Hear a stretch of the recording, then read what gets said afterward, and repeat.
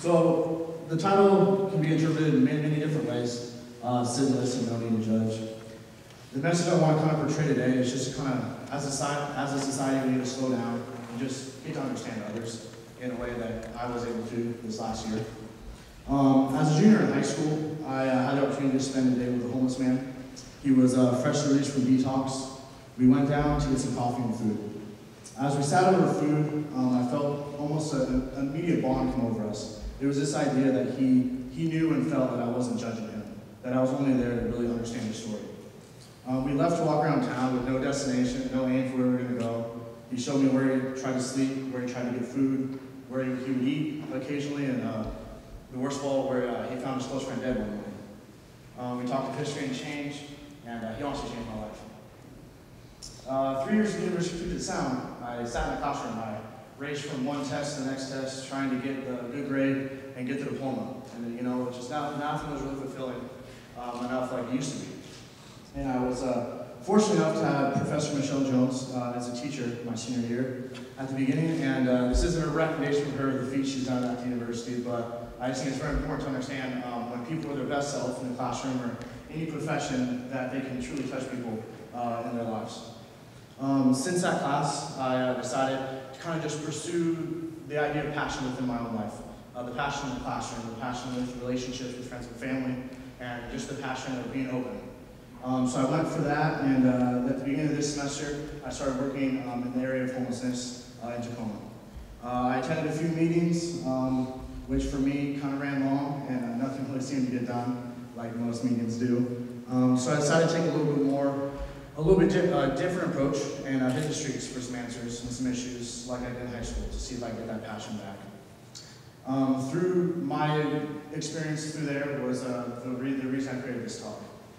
And I think the biggest thing is just, as a society, again, we go through our lives almost like heavy logs in quicksand. You know, we go from one train of thought to the next, thinking about the present really doesn't matter, and we always think about the future instead of stop and try to understand each other and try to learn the knowledge from each other. So from that, I got to go out and spend a couple hours with a gentleman that's been on and off homeless for about 4 years in Tacoma. He was a Navy man. He lived around the world, got to travel the world. He had several lives. He went from wife to wife, trying to kind of learn more about himself, and only ended up finding a cold out concrete to sleep on. As I approached him, he greeted me with a huge smile as I sat down across from him on the bench. I was unsure about how the situation was going to go. You just never know about meeting new people, and I was kind of nervous. But it worked out very quickly. It was noticeable that I was there to listen, and he was definitely there to talk. So as we, started talking, poor luck, kind of started out with a bad situation and kind of just poor stories and things of that sort. And I wasn't sure if this was, real life experiences or, imagination or kind of what was going on. It just didn't seem real. And we started to walk to get some food and tobacco. And we were walking down the street, and tone of his voice kind of changed, and I could kind of see a sense of the exact same thing that happened to me junior year in high school, about how we kind of had this bond again, about how he realized I wasn't there to, change the world, that day, and I just kind of wanted to understand the story. And so he sat there and he kind of looked at me and started asking me questions, and I kind of threw him out for a second.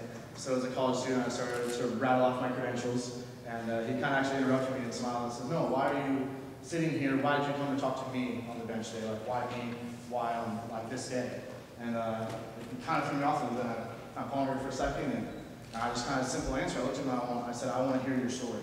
And then he started to kind of get real with me, and told me about how, on the street is not a place to live, the dangers of the street, how friends are so important on the street as they are off the street. And he also talked about, which surprised me, how the money he collected, he spent on clothes more than food, because he wanted, people not to judge him on how he looked when he was walking around. So he had actually spent money on clothes instead of to eat.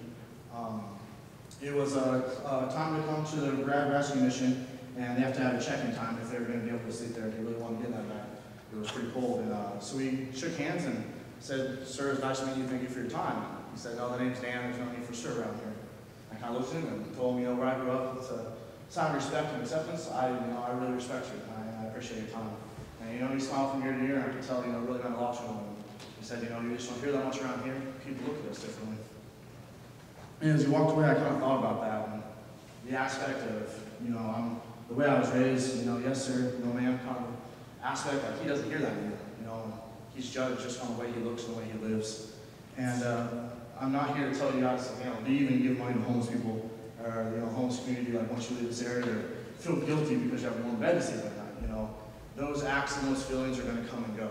But what I want to portray is just the idea that that little, you know, part inside you that judges or takes that quick assumption, you know, let's push that into the effort to try to understand each other. And with that, it's the idea that things that we don't truly understand, we tend to probably like dislike them or push them off to the side and don't think about their existence. It's almost the idea of like when we're little, you know, you hear that whole aspect of, you know, mom, dad, why? And they always ask questions, always ask questions. And it's not because they're judging, it's because they're learning and they want to understand as they grow. And we get to a certain age that we just stop doing that. And we find it easier, you know, to create stereotypes and assume, you know, things on people. And we don't take the time to actually understand. And so, you know, let's just try to be kids again and ask that question why.